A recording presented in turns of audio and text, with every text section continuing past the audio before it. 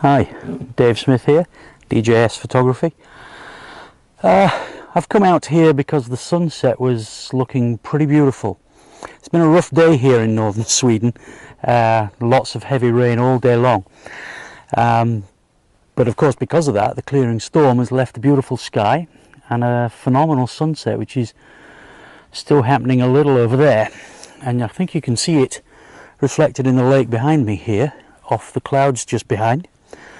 I've been here for about an hour now, I guess. When I saw the beautiful sky, I dashed out here. This is Ultervattnet. It's a lake near to where I live. It's a lake I like to come out to and shoot. It's always tranquil out here, always beautiful. Some nice reed beds just over here. A little bit of foreground interest with the diving platform behind. So I dashed out here when I saw how great the sky was looking. I thought I'd get some pictures. I've taken a lot. I've used mostly the 25mm tilt shift Samyang lens, which we've talked about before. And what I've done is a panorama in that direction. It'll be a 3-stitch across, mostly because of the phenomenal reflections of the sky in the lake here. I think it's going to look pretty impressive.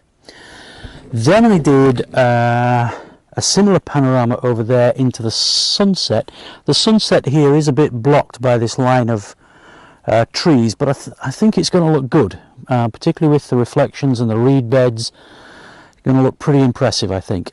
And that's all sort of taken from this basic area. I think you can see behind me there's these poles run all the way along here. I think they're designed to stop people driving off the edge, because they certainly weren't here previously. This is something new.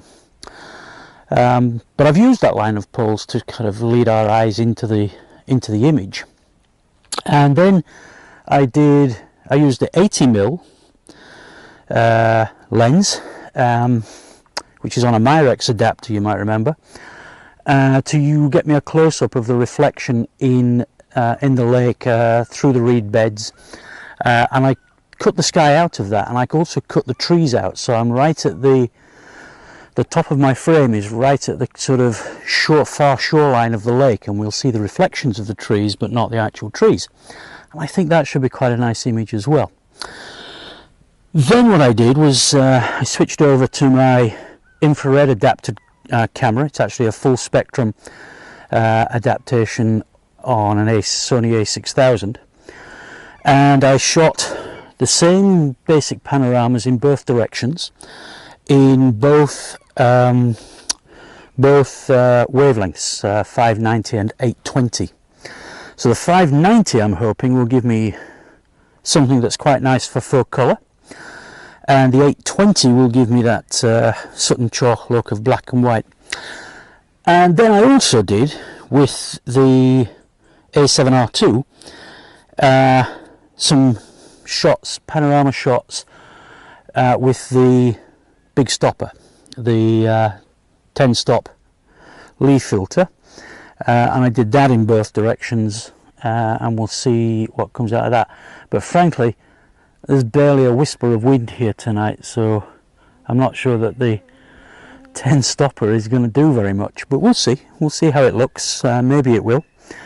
So that's been about an hour or so here, and I'll put up some images and you can see what came out of this.